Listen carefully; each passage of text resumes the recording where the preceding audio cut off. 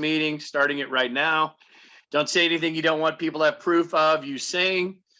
Um, I want to roll through a lot of information and answer any questions we have at the end. If you're afraid you're going to forget your question, type it into the chat. I will be happy to come to those when we get to the end. Uh, First, for anybody who I haven't met face to face before, I'm Coach Doug. I've been lucky enough to be at FAST for this kind of the end of my 5th year. I started as a coach in Salem, Oregon, while I was still swimming at Willamette University with Salem Aquatic Club, and over 7 years moved from being the 8 and under coach to the head age group coach. Moved out to Colorado in 1996 and coached at Greeley Swim Club and Greeley Central High School. I also spent 17 years as the head coach at the Eaton Red Waves, just a little bit east of here. But I feel really lucky to be at FAST. I really enjoy not only the colleagues that I have, but the families, the people, and just the overall just philosophy and mission of our program. I think is absolutely outstanding. I'm going to go ahead and share my agenda for today. And the first part was just the introduction, but I think world-class character through excellence in swimming is obviously the motto that we have on the back of our shirts, but it's also more than that. It is something that we use as a defining piece in decision making. I had a fun conversation with a couple families Thursday night, asking why we had done some certain things and how we had handled return to the water and other programs in the area. And it was really nice to explain, we just felt like that was a good opportunity for us to show character. And so that drives a lot of what we do. And like I said, it's a basis for our decision making. The long-term developmental model is what we follow at FAST. We want swimmers to learn progressively throughout their career. We want them to love the sport. We want it to be something that they still enjoy and prize as an important part of their lives after they graduate from our program. We want them to have fun, not only through participation, but also in team and individual goals. We want to develop process-oriented athletes that understand that skills have to come first, that understand the progression of time, what our missions are over the course of a month, over a day, over a season, over their careers, and develop a full spectrum of speeds. Today, we kind of worked a variety of speeds, but most of it was top end, which was really fun. Also, we want kids to train for the individual medley. The reason behind that is we don't know where your athlete's going to be physically when they're done developing. And we want to make sure that every athlete in our program has the groundwork and the technique and the skills to be at their best wherever they are most suited once they're done developing. Our dry land is really beneficial for a lot of reasons.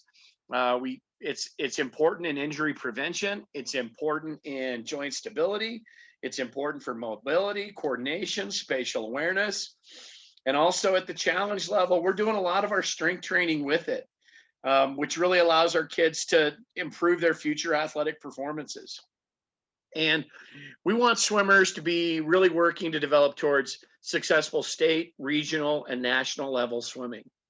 At the 14 and under level, our top priority still remains the state meets. We will support kids that have opportunities to go to zones, to be a part of All Stars, to have opportunities to compete at more regional or national level pieces. But our focus is truly with 14 and under athletes staying local and state level. Our expectations are pretty high, but kids do a great job of living up to them. By now, either your athlete has been involved in the sport for quite a bit of time somewhere, or they've been involved at FAST, so they understand the development of our program. And I really plan around seeing kids every day. I do understand that there's life outside of the pool, and I won't say that too many other times and places because for me, it's not really true. But I plan on seeing kids as much as they can and want to be there.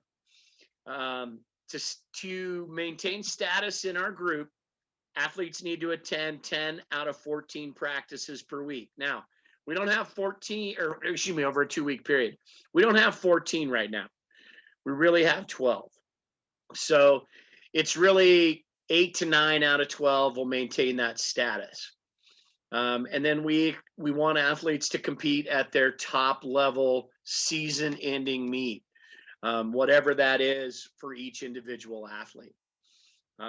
Full attention is something that's important to us. Look and listen when someone's addressing our group or our team. That's really important. Hopefully, your athletes are coming home and sharing with you that we're doing some kind of complex stuff occasionally, or maybe they've realized that we can do really complex stuff and it doesn't seem like that anymore. That's a statement to their quality of growth as athletes and their ability to tune in and process and execute. And then bring best attitude and best effort. Every opportunity is crucial.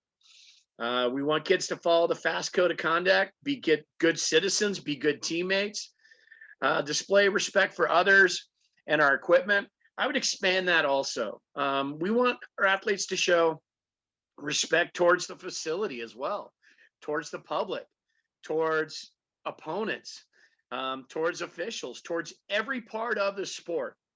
And then the water bottle is an important piece. And I also really like the idea of kids having a snack when they finish a day. There's no better way to kind of begin the recovery phase by turning the blood sugar back up. Our season, how it relates to challenge, is broken really into like four different portions. The developmental general conditioning phase is really the stroke weeks that we start with. Every season, a little bit less in the spring, maybe than in the fall. We take our time and we slow down. We teach body position. We review kicking. We hit on a lot of practice skills. We make sure that the newer athletes in our program get a chance to get acclimated to kind of how it's different or how it's going to work for them. And so those first 5 weeks with the kicking piece and then a week of free, back, then breaststroke, then butterfly are really just our general conditioning phase, and also great opportunity to set the stroke mechanic pieces, teach the drills, teach the skills, teach the concepts that we're going to want them to use throughout the season. At this point, we are in our aerobic kind of endurance phase. We have been able to scale up a little bit of what we're doing with our daily focus. And it does fluctuate sometimes. This week we lost our Friday. So we chose to kind of I chose to go with more of what our Friday focus would be this morning. And we went a bunch of broken 200s, but that weekly focus should stay pretty consistent. It includes a variety of distance freestyle, an IM oriented piece, a day where we're really working a lot of different speed changes, some threshold oriented training, some top end speed work, and then training for distance IM and 200s and stroke. So those are the things that they're seeing right now. Once we get closer to the middle of December and into January, we'll move into a more race specific phase. And that changes not only with what we're doing in the water, but also how we're starting to prioritize things for athletes. Up until that mid-season meet, we're really trying to hit a lot of different variety of skills.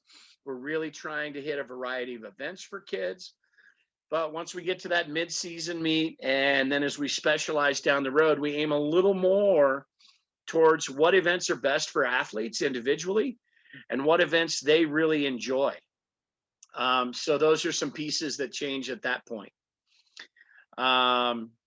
Some easy times to take vacations historically have been in August. That wasn't the case this year. We stayed active in August because we were down for a long time. I had an earlier meeting and family asked, can we plan vacations in August? I said, yes, you absolutely can. We'll support that. But I don't know whether we're going to be active next August or not at this time. It'll really depend on what the sport schedule looks like from the top down will really kind of dictate whether we're going to be able to be active, or whether we choose to take that time off. We always take a little bit of time off over spring break. Kids have a little bit of time over the winter break. And, May, early June, even though that's really crowded with a lot of other things that are going on in people's lives and in the world, that's a really good time also. November can be a little bit tough, simply because, we've shifted into that aerobic base and that endurance phase. And so time off in November could be detrimental when we get ready to make the next leap to being race specific. January through March really has been historically where all of our short course championship meets have been. And not all of our kids got a championship meet last fall or last short course season.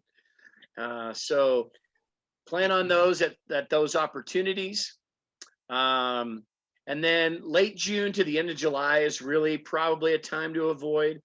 The long course season, excuse me, is a much shorter duration. We really run short course from September up through late March. And then we run long course from late March through August. And it's just a more condensed time. So all those championship meets end up in that late June into July phase. Practice schedule hopefully will only have positive changes to it. I know we've seen a couple different versions of it, and we've had to move some of our groups out to Mulberry. But any of those changes will be communicated ahead of time as much as we can. If it's a short notice issue, we'll try to use our SMS system. And I want to touch on that really, really quickly. It's important. The first day we were at Mulberry, we had an issue where they had some bodily fluid issue concerns at Mulberry. So we had to cancel practice.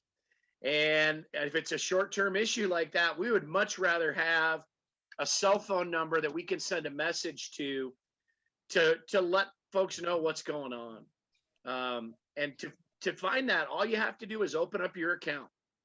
The SMS phone number, it's a little 3-box piece under there that you enter that phone number in. And if we have to use something at short notice, we can contact you really easily. Otherwise, you'll see the practice schedule is available online, and almost always you'll see that in the weekly email as well. Right now, we have practices reopened. You can come and sit in the bleachers and watch anytime that you would like to. Please be aware that as the weather changes, or on days if we have air quality concerns, we'll be bringing kids inside for dry land. And the balcony would be limited numbers wise based on how many kids we had in the facility. Meet sign up is just done right through the club website. Got to have team gear for that, caps, appropriate team suit, and shirts for those meets. Please help your athletes out. Read the meet itinerary, make sure they know what shirt is on. I know with the PPA meet, we kind of switch things up. Historically, we've gone Fridays have always been a white shirt. Saturdays have always been the black shirt. And then the blue shirt has always been on Sundays. PPA, we switched that up just a little bit, just because we wanted to have the blue shirt at home when we had more of our athletes involved. And so just pay attention to the meet itineraries with that. I will only put your kids in meets that you choose for them. You can select your athletes' days or sessions that they want to be a part of, and we'll select events out of that. One specific example there was the Scary Fast Meet's going to be a little bit different this year than it has been in the past. And so I opened up opportunities. Kids had 2 choices of events for the Friday afternoon sessions. And so I opted to allow them to pick where they wanted to be. But I will make all the choices on the entries once you've chosen the format or the sessions and the days you want your athlete to be on the meet calendar. You can always check those meet entries. Go to your commit tab within that meet. You can pull up what their events would look like. And if you ever have a concern or your athlete is anxious about an event, contact me, email me, let me know. I would be happy to share with them the reasoning behind competing in that event, and my hopes and what I want out of those different events and why it's important for them. Um, Tech suits are any suits that are more hydrodynamic and more engineered and provide more compression than our team suit. We allow our athletes to wear their tech suit for their championship meet as well as travel meets. Also, if coach feels like that's important for your athlete, we can allow that. But it is limited to only those categories. And we really want and need our athletes to compete at their appropriate end of season championship meet. Communication is always something that we're working at to develop. I talked a little bit about the SMS piece. That allows us one more option to let families know what's going on a short-term basis. Any communication, we would prefer you start with email. As the lead coach for the challenge group, your communication would start with me. Mike Novell is the head coach. If you have billing concerns, you can contact Kelly Gilliland. He is our bookkeeper for FAST. Any concerns about meet support can go to Laura Grissom. And hopefully we all know where that website is. If not, this will be available and we can all find it that way. Like I said, email is the primary form of contact. You get updates about what's going on, plans for meets, any schedule changes and activities that are going on for our athletes. We also do have family files that are at the facility at Epic. Things are a little different for our groups that are out at Mulberry, but that is something that is really one way. If your athlete needs team shirts, team caps, we have awards from past meets. You can find those there. But those are really just kind of a one-way piece.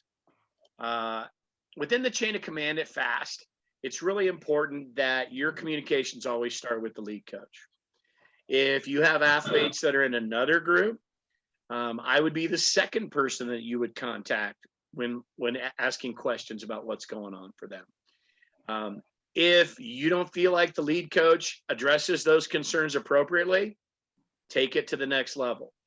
If it's a challenge kid that you're talking about, your next contact would be Coach Mike, the head coach. And your next contact after that would be Mark Morehouse, the club president. If it's for an athlete outside of the challenge group, your first contact would be the lead coach, then myself, then Coach Mike, and then Coach Morehouse. I don't think we've had too many of those concerns that we haven't been able to address and resolve without going all the way up the chain of command. And like I said, the lead coach is always going to be the one who can take care of those for you. I won't read through the uniform and equipment needs. I think we're doing really well with those things. Just kids, keep that stuff in your bags as much as you can, and be ready to have those things ready to go when we want and need them. The one thing I do want to address with this is I have to commend the challenge kids. They've done a better and better job as the weather has gotten colder and as it's gotten darker outside when we start dryland. I've seen more sweatshirts and more pants. Great job. That's exactly what you need to be doing. Plan for the outdoors. There will be a time coming soon where we will start bringing everything inside for dryland. That may mean that masks are still required. We'll cross that bridge and we'll follow those rules accordingly when we get to them. But until then, keep dressing for the weather outside, keep preparing for that in any way. And that includes any days where we really feel like our kids are compromised as far as air quality outside. We've all brushed ash off of our cars multiple days. We've all walked outside and taken a breath of air and wondered what in the world was going on. So it can be a real challenge. And we have a lot of different options available to us on those days. Some of the things that we've done pretty consistently with the challenge kids is be a little more understanding of what the effort level and the intensity is cardiovascularly with what we're doing outside, and trying to minimize that. I've chosen to stay outside most of the days, simply because I feel like being outside with your mask off is more comfortable.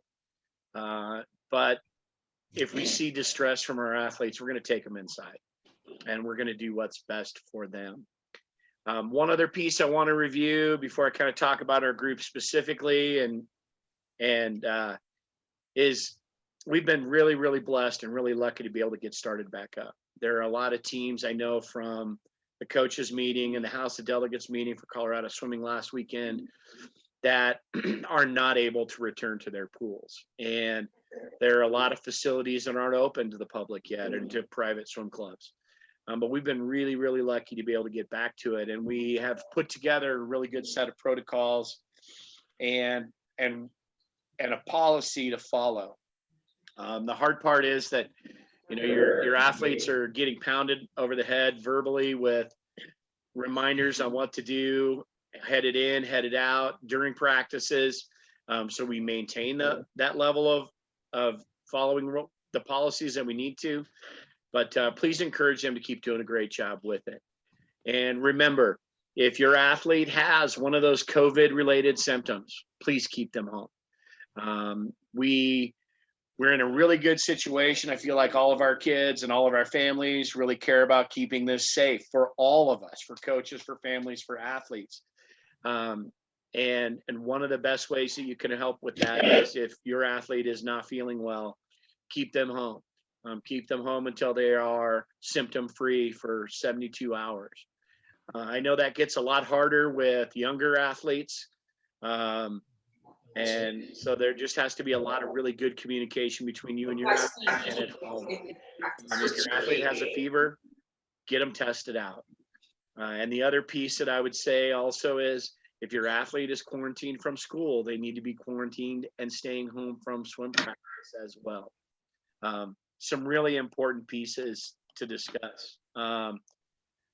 If we need me to bring that piece back up, I'll be happy to do it. But I want to kind of just talk about what I'm really enjoying with this group and some of the things that I feel like have been important developments for us, not only, for right this moment, but some things that started happening back in March when everything went a little bit crazy. Feel really lucky to have the blend of kids that we have in our group right now. We're really working on kind of expanding who we feel comfortable working around. I don't think many kids have had the same 3 kids in the lane with them on any 2 days in a row too very often. That may change a little bit as we get a little bit more specific. But I'm really looking forward to and have been really proud of just the quality of effort and the attention to detail and the ability to just process what we're trying to do, even though instruction is really spread out. Being at both ends of the pool and having to be able to take information from a coach can be a little bit difficult in that setting. But I feel like our kids have done a really good job with it. When we first had the opportunity to come back to the pool, I really took that as a chance to utilize and slow down stroke mechanics, what we're doing, and really get a chance to not only address those issues with individual athletes, but connect to every athlete every day in that first couple minutes of practice. And that's been really beneficial for us. Some of the days are a little more work oriented and we just have to kind of get up and go. And it's more about effort and performance than connection and feedback all the time. But hopefully your athletes are coming home feeling like they are getting feedback about what they're doing. I'm really looking forward to next week opening up goal setting meetings. Those are going to be kind of centered around of our practice times. And there'll be some opportunities on Saturdays as well. So when you see the weekly email on Monday, pick out a spot that works really well for your family. I'm looking forward to getting a chance to get together, talk about what the season holds for us individually, as well as kind of what our plan is throughout the rest of the season. So that's kind of my overall mentality of it. I'm really, like I said, really glad that we are back in a good spot. I'm thankful that we now are at our full 6 days a week, really. and am looking forward to what we get out of the Scary Fast meet and what we get out of the entire season altogether. Looks like, yeah. So Emerson, if you have a question about, yeah, birthdays and stuff like that, as far as attendance goes, keep me in the loop with it. Have your mom email it to me, or you can email it to me as long as you copy an adult on it. And yeah, I mean, life is important. There's more to it than swimming, and spending time with family is important as well. Although I would love to see your athletes as often as I can. Any questions on any of the issues I covered earlier, or any questions about challenge at all from anyone?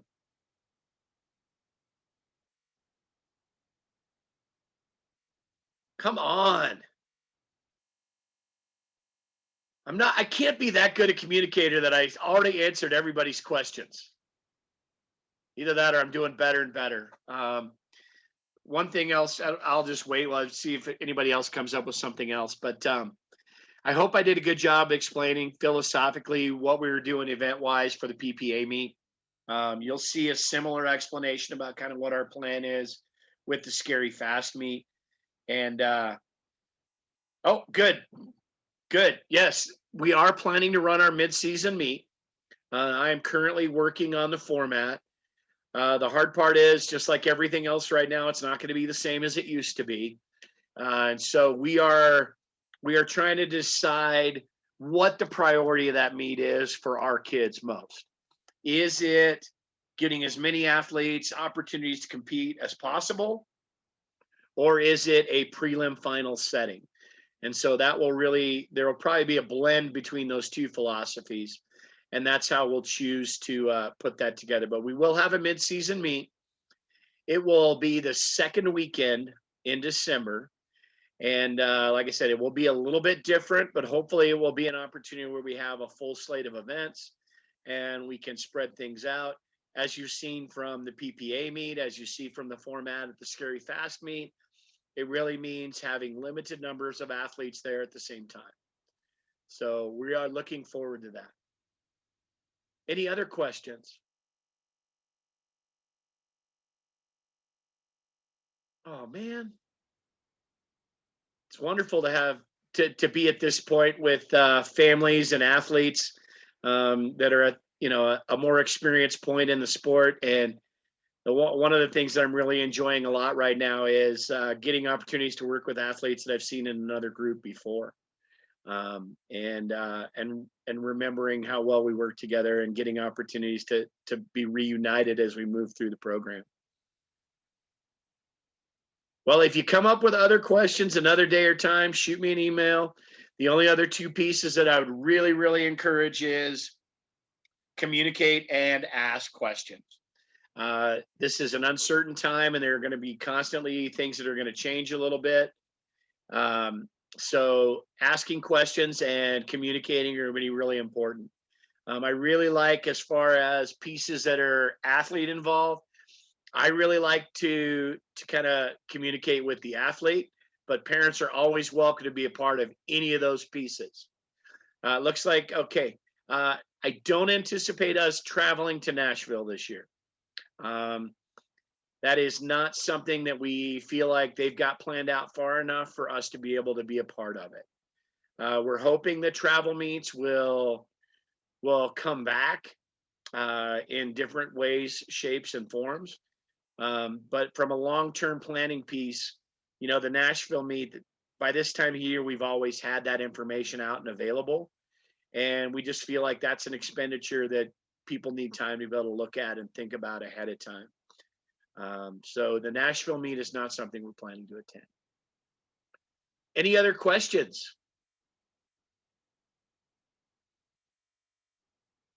Well, guys, like I said, thank you for spending a wonderful part of a Saturday afternoon with me.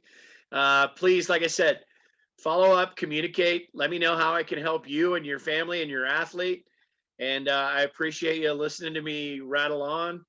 I think we only have a couple minutes left in our meeting. I ran over on my earlier one.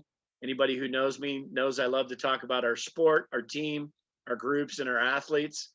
So that's probably not an uncommon piece. And I don't see another question. Enjoy the rest of your weekend. Thank you for joining us. Thank you. Thank you. Thank you. Bye.